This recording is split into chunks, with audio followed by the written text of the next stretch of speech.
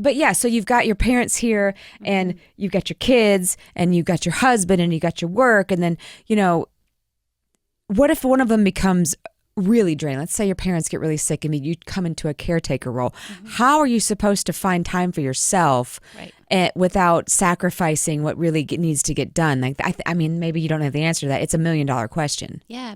So I think the answer is it's never going to begin at a time when you don't have anything. There's always competing priorities. And it's about weighing the priorities that are in your life right now and figuring out how you give the time to which ones need it. And that's a constant changing depending on what the needs are. And maybe sometimes you have to say, I can't, even though you could use my help right now, you have to say no sometimes. Right. That goes back to our boundaries episode. That's right. Of thinking about how you say no and what you say yes to and how you ask for help and how you delegate. And then again, how you show up as your best self. So the other thing that I would do is make sure that you're protecting like your sleep. That's one of the most important things. So we have to be efficient. So we have to optimize how we feel. And if you're not sleeping, then things get much, much harder. Oh, God, so yes. When I don't sleep, I'm irritable and I don't think well and I'm totally inefficient. Well, I just made things 100 times worse because I have so much to get done.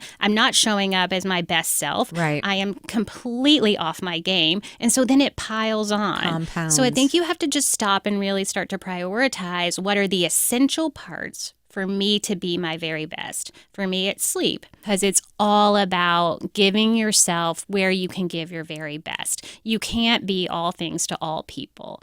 And so you really have to define what's really important to you. How do you make sure that you don't overwork yourself? And how do you be your best self? And if you're giving 100% to everyone else, then you're actually not giving them your best because you're falling apart. Yeah.